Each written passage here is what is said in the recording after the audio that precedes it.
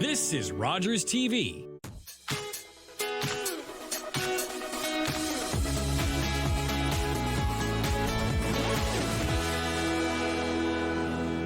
Hello and welcome to another episode of Next Week Today in St. Thomas, Elgin. I'm your host, Kate Burns-Gallagher. We are back at the Horton Market and we are joined by one of the Horton Market vendors, Chris Pettit from Mistyglen Creamery. Welcome to the show, Chris. Thanks, happy to be here. Thanks so much. So Mistyglen is older than Elgin County and Canada. This is incredible history. Tell us a little bit about Mistyglen's history. So the Pettits came over, as I understand it, because I'm married into the family, so I don't know all the details, but they actually walked across Lake Erie from Pennsylvania, is sort of the story that is often told in the family, and settled in the Belmont area back in 1880, I think 1816, I think? 1816, yeah. So my father-in-law, he obviously was raised on the Homestead Pettit Farm, and then he bought the farm next to the homestead, so they've been in that area ever since, dating way back. That's so neat. That's really cool. And you're here at the Horton Market as Mistyglen Creamery. What do you sell here at the market? So our product lineup currently is we sell whole milk, so whatever the cows are producing in the barn is what we bottle in the bottle. So in the wintertime, their butter fat jumps up to about 4.2%. In the summertime, the cows don't like the heat as much, so their butter fat drops a little bit. So we average around 4%. That's usually what we say. So we do whole milk, which is non-homogenized, low temperature pasteurized. So we reduce any processing step in any of our dairy products that's not necessary. Our chocolate milk, it is our #1 selling product. It is made with whole milk, so it's super decadent, really creamy and just all around goodness. Our cheese curds, we do fresh cheese curds on the farm right now every Wednesday, every Friday, so they're here squeaky. And we do whole traditional cup set yogurt with probiotics. So we currently have our yogurt with sweetened with maple syrup, and then we have one that's unsweetened, which we are in a really neat project with Youth Opportunities Unlimited in London and Western Heads East program, and it's called Yougurt. And so for Youth Opportunities Unlimited. And we do a dry curd cottage cheese. So that's our current lineup. We're just started blocking some of our cheese curds. So we actually have what we call our bossy block cheese, which is cheese curds pressed. So we're currently doing that in our dill pickle, which is our #1 selling flavored cheese curds. We have about 13. And our plain cheese curds are blocked into just a plain blocked cheese. Oh, neat. So instead of being curds, they're like a block that you can cut up. Yeah, that's right. Oh, okay. So that's what blocked up means. Yeah. Oh, neat. 13 different flavors. Roughly, yeah. We're always sort of adding to that. And so we do, dill pickle is our #1 flavor. Loaded potato is our second most popular flavor. Incredible. That's great. And apart from being here at the market on Saturdays and starting on Wednesdays too, which is going to be really exciting, you have a really cool location. We do. So when we built our creamery, we wanted to be able to introduce helping people learn how their food is made. So we have a retail store on farm with our creamery. So when you come to the farm, you're able to walk into the store. There's 2 huge viewing windows for you to look into the production room, see what's going on, see how we're making your food. We actually have a live stream TV in our store as well that streams to the barn so that you're able to watch the cows in live. And it allows us to interact and answer questions that people might have about how dairy farming is or agricultural in general. That was something that we were quite passionate about when we built the creamery. So we also offer a lot of other local goods in the store. So we're continuously building on that and love to collaborate with other local businesses. Oh, that's wonderful. And before we got on air, we were talking about one of your celebrity cows. Tell us a little bit about Jibber Jabber. So Jibber Jabber, everyone loves Jibber Jabber. She's number 282 in the barn. All of our cows have names, but Jibber Jabber is a little bit of a celebrity because she is always up for a good visit with anybody that comes into the farm. If she's laying down and she sees new people coming in the barn, she's up and at that bunk. She wants to say hello. She loves to get pets and licks and make you messy because obviously she's got lots of slobber to offer. But she's a really neat cow, and it's a funny story. We do some open houses on the farm because we also open up the barn about 3 times a year for people to get in and meet the cows. So in December, we were busing people out of Belmont to come in just for parking purposes. And a little kid got on the bus, I guess, and was like, I'm so excited, I'm going to meet Jibber Jabber. And she was just like super pumped. So she's definitely a go-to see cow if you come to the farm and the barn's open. That's incredible. So if people are looking for more information, where can they find you? So you can find us, we have a website, www.mistyglencreamery.com, as well as we're on social media. We're very active on Instagram and Facebook, and maybe in the future you might be able to find us on TikTok. Wonderful. Well, thanks so much for joining us, Chris. Really appreciate it. Very much. Thank you very much. We'll be right back on Next Week Today in St. Thomas Elgin.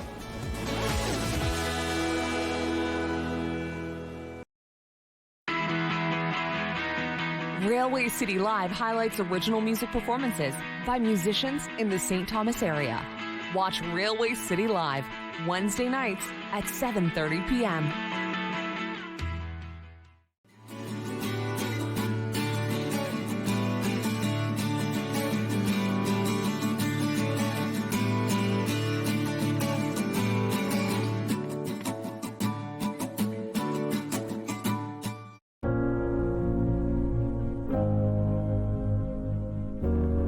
My name is Gracia Espinosa. I'm a journalist and I was born in Madrid, Spain. Before coming here, I didn't have the opportunity to use the camera or to put the mics because I always received the same answer, don't touch it, you are not a professional. And I was in shock because I am a journalist, so why I cannot touch the camera, why I cannot edit the video? For me, this opportunity, this experience, this volunteering helped me to be the journalist that I wanted to be all my life. It's wonderful because they always want to help you and they always want to teach you, and that's for me the best part.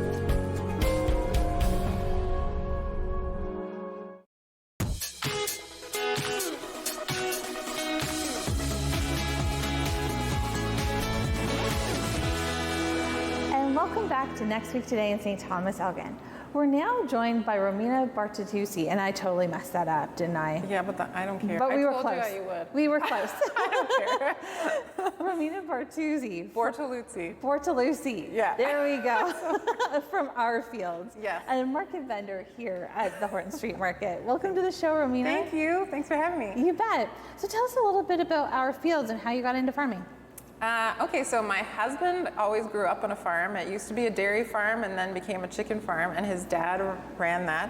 But both of us are actually teachers, and we were teaching abroad. We were teaching in the UK for 7 years, and we got married out there and had a baby out there. And when our son was really young, we found out that his dad was very sick and didn't know how sick he was going to be and how quickly, so we had to wrap up our life in the UK because my husband Roger needed to go home and help his dad on the farm a decade before he considered maybe doing that. So we had to rearrange our lives a little bit. So all of a sudden we became farmers, I have to say. So it wasn't something thought through, but once we found ourselves there, we needed to make it our own. So his dad is a poultry farmer and my husband helps with that. But in terms of our own farm, we rent 3 acres from his dad, and we are biologists by training and education. So we wanted to grow vegetables for ourselves and our family, but also meet people. Being on a farm is kind of like living in a silo. You don't really get to socialize with anyone at all. And we were new to the area. I mean, after Roger hadn't been home in 20 years and I'd never lived here. I'm from outside Toronto. So we needed to make friends for our mental health. So we thought, let's grow vegetables and go to market, and then we'll meet people because they'll have to talk to us and we'll have to talk to them. I love it. So that's how it started. And now it's like an actual business and we do it all the time, and we've been doing it for a while. And you find an incredible market family in the process. Gosh. Like Horton Market embraced us. Well, this was the market that we, reached out from our silo to the Horton Market. to try to make friends and be in a community, and then maybe make some money on the side so we could do other things.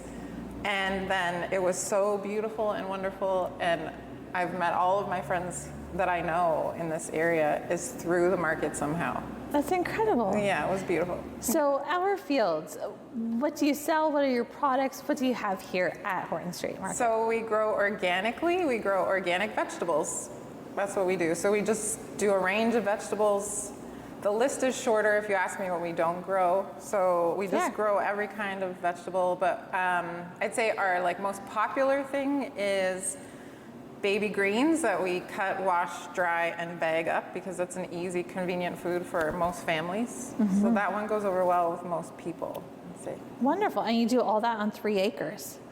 Yeah, and those aren't in production. We have maybe 2 acres in production, and then 1 is fallow because we grow cover crops and let it rest, the soil rest. So actually, production is only about 1.5, 2 acres. That's incredible. Yeah. That's a lot of produce on such a small footprint, if you will. Yeah, you have to make it financially viable. Right, no doubt, no doubt. Yeah. Now, are you in other places outside of the Horton Market? Yeah, so my husband Roger is the man selling at Covent Garden Market in London every Saturday, and that season's a bit longer than Horton Market, so he's been there since Easter every Saturday. And then additionally, we have our honey, because we also raise bees. We have our honey at a couple of places in St. Thomas. So at Streamliners Cafe, at Homebrew Junction, because people like to make mead, and at Mistyglen. Oh, yeah. Oh, that's a great partnership. Yeah. That's wonderful. Yeah. And so if people are looking for more information about Our Fields and what you carry and what they can expect any given week at the market, where can they find out more? The most up-to-date information is always on Instagram, and that then shares onto Facebook. So if you want to find us on Instagram, we're at Our Fields, all one word.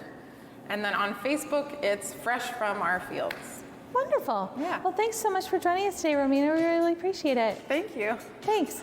We'll be right back on Next Week Today in St. Thomas Elgin.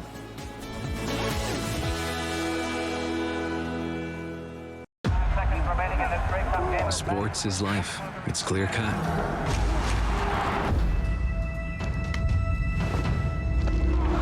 Everything's out in the open. There's nowhere to hide.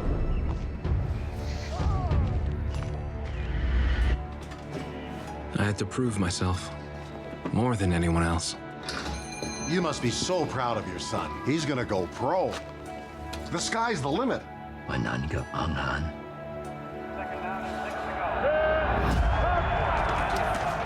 There's always a winner and a loser. You cannot reach the sky in broken cleats. Of course, I always want to be the winner. And I did reach the sky. Norman Kwam, the first Chinese-Canadian professional football player, still holds records to this day. He retired from the sport in 1960 and later became Lieutenant Governor of Alberta. It's closing time, and you stayed out longer than you planned. So now you can't drive, and the buses have stopped running. You could always call your girlfriend. Or maybe your roommate? What about your best friend? You could just dial 1-888-TAXI-GUY or use the Taxi Guy app. The call and the app are free, and they both connect you to a local cab company to bring you home safely. Visit ArriveAlive.org to find out more. Arrive Alive, drive sober.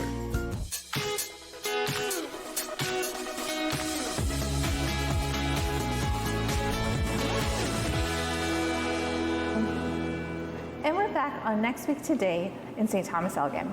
We're now joined by Kathy Topping, who's the Vice Chair of the Accessibility Committee. Welcome to the show, Kathy. Thank you, Kate. So great to have you. Thank you. So you're the Vice Chair of the Accessibility Committee. What is that? The Accessibility Committee is really called the MAC Committee. Okay. And that is the Municipal Accessibility Advisory Committee to Council. Okay. So we advise Council of anything that needs to be corrected to be made accessible within the city. Great. So is there rules or regulations that guide the committee? Yes, they're called the accessibility standards. And there's standards for different things. I'm not going to probably remember all of them. Employment, the environment, but the environment standards went into the building code. Okay. Transportation, employment, and customer service, and parks, like beaches and parks is the other component to the standards. Great. So then the committee looks at the standards and to see if the city is following those, or how does it work? The committee is just an advisory committee to council. So the committee has to know the standards, or else, be familiar with the different standards. But with the city, there is a little bit of customer service. We really don't comment on employment, but it's more the building code, it's accessible parking, it's buildings that are municipal. We can only do municipal buildings. We can't do private. Oh. There's another committee, the Thumbs Up Committee, that does the private part of it. But we are legislated through the Ontario government only to do the public buildings within a community. Oh, great. So arenas, libraries, those sorts of places? We audit once a year. We pick 3 or 4 places that we go, and we have a list to guide us to see what is accessible and what isn't. And then when we are finished, a report goes to council, so that council knows that at this facility it needs to be something done, or else it's perfectly okay. And so we leave it for, I don't know, a few years, and then we will go back and check. But so we just advise. Right. And what's the importance of having the MAC committee as well as accessibility standards for public facilities? Well, one thing is, if you're accessible, anybody can go there. Right. And accessibility really is for everyone. Think of the mother with the baby carriage. Things need to be accessible for her. Or small children on a playground. Playgrounds are included too in the accessibility standards. To seniors. So, and when I say seniors, it isn't only wheelchairs and canes, but it's unseen disabilities too. For instance, heart conditions. That's part being accessible, so that I don't have to go up 5 steps if I have a heart condition. So accessibility benefits everyone. Oh, incredible. Now, you have an event coming up, and it's the 5th Annual Accessibility Open House. Can you tell us a little bit about that? Yes. The St. Thomas MAC Committee started this because there is a stipulation within the standards that the MAC Committee has to somehow communicate with the municipality that it advises. So this is, this was our way of doing it. And in the last 3 years, we've drawn in the County of Elgin and Central Elgin. So there's 3 of us get together and put on this open house, which is June the 1st from 11 to 4. And we invite vendors, nonprofits to come and put a display table out and meet the public and explain how they can help make things accessible. Oh, that's fantastic. And what kind of vendors can people expect when they come out to the open house? You can expect, for instance, health aid. Now I don't know whether they're coming this year or not, but we've had 2 car companies come and show us how to make a car accessible for a disabled person driving it. We've had nonprofits. The public library comes. So it's all kinds of people. Oh, that's wonderful. Now, if people are looking to join you on June 1st for the open house, where can they find more information? It's on the city website. So if they go there, and I'm sure that the County of Elgin and Central Elgin have information also. But we have flyers out and around too. And it's at the Joe Thornton Arena. So it's totally accessible, washrooms, everything. So yeah, we're looking forward to it. We're looking forward. Last year we had over 70 people, so we're looking forward, hopefully over 100 this year. Wonderful. We'll get the word out for you and get those 100 people there. I hope so. Well, thanks so much for coming on the show, Kathy. As always, it's lovely to see you. Well, thank you. I enjoyed it. Thanks. We'll be right back on Next Week Today in St. Thomas Elgin.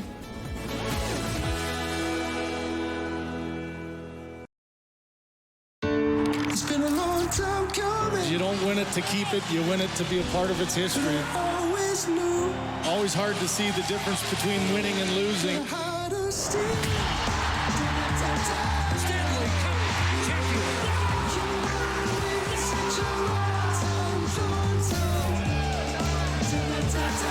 The quest for the hardest trophy to win in sports.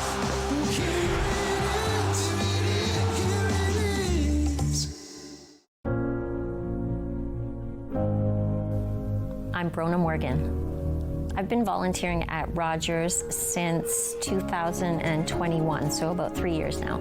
I love the opportunity that I have to connect with people from my community and share their stories. I am a lover of people and getting to know people. I love working with all of the awesome young people and the other people that work backstage in the control room, the people that I have been able to connect with as guests on the show as well. So interesting.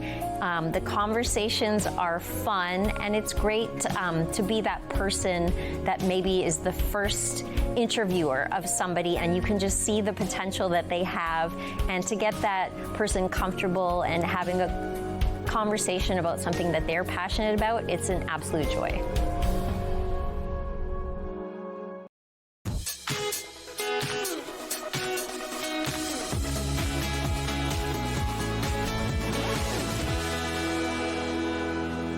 Back on Next Week Today in St. Thomas Elgin. We're now joined by Sarah Noble, the Manager of Marketing and Communications for the St. Thomas Economic Development Corporation. Welcome to the show, Sarah. Thank you for having me, Kate. I'm happy to be here today. You bet. So tell us a little bit about your role. It's a pretty cool job. It's a very cool job. I have such a great opportunity to connect about the community on so many different levels. Through the Economic Development Corporation, we manage the Horton Farmers Market, so I support marketing for that, which is always exciting. It's a great place to be. Very, very happy about that. I work with the Small Business Enterprise Center and our local small business community, supporting them in their marketing strategies, as well as doing the marketing for the Small Business Center, and obviously the Economic Development Corporation proper, and working with industry.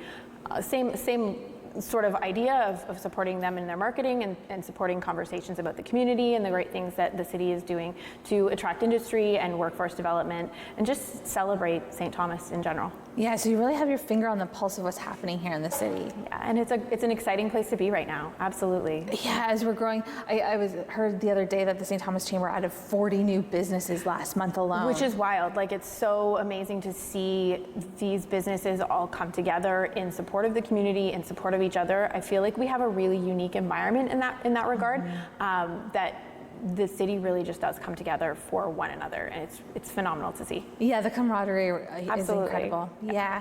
So one of the initiatives is the Beehive, and it's all the buzz out there. Absolutely, yes, and you're right in on the puns. I like to use those a lot.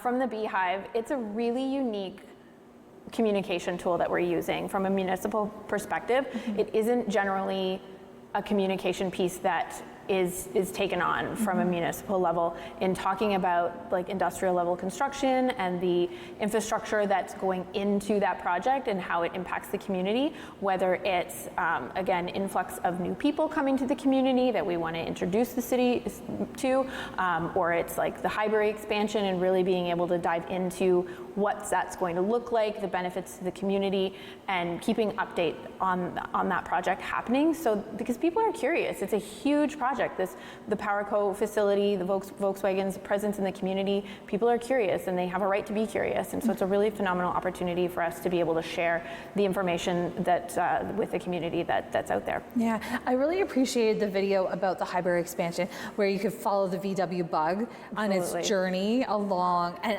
and you actually visualize, you see what's going to happen.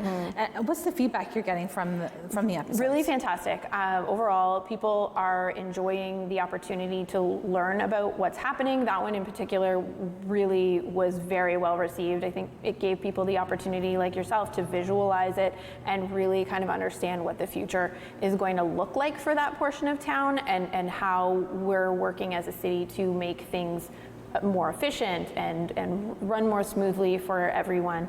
Even though we know construction can be a challenging process, but we really firmly believe that that end goal is going to be so valuable for the community. Most definitely, and I mean, that'll really free up that entryway into the city. Absolutely, yeah. Absolutely. And I think it also sets entry up into the community to be a bigger welcome. People can take St. Thomas a little bit more seriously when they're driving in, and it feels like they're really entering an up-and-coming community. And that's where we have the pleasure of sitting right now as a city, is we're on people's radars, and it's a fun place to be.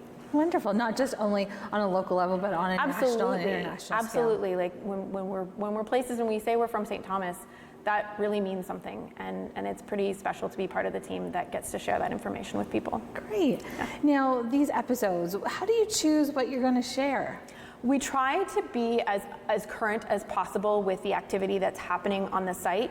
Throughout the winter, construction was not going as quickly, obviously because of the weather, because of ground conditions, and there's been a lot of grading that needed to happen. And while it's cool to learn about that process, there was only so much of that content that is relevant or update worthy.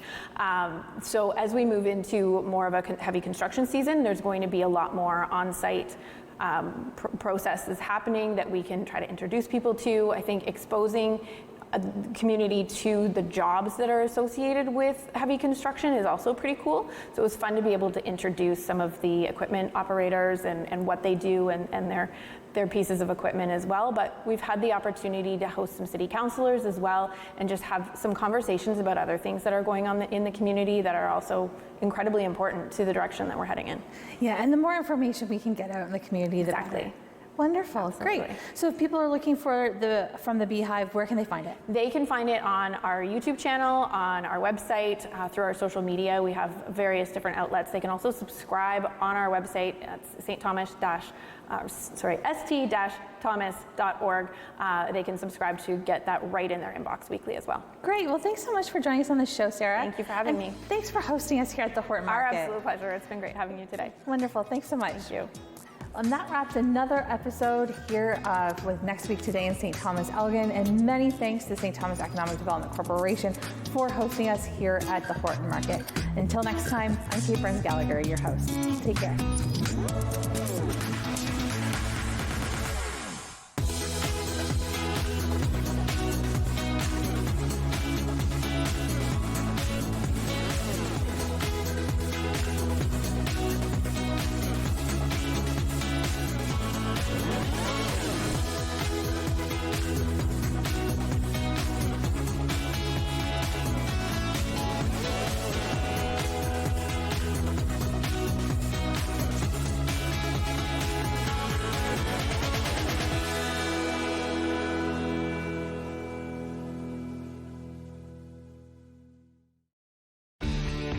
Connect with us by visiting our website or email us at comments@rogerstv.com.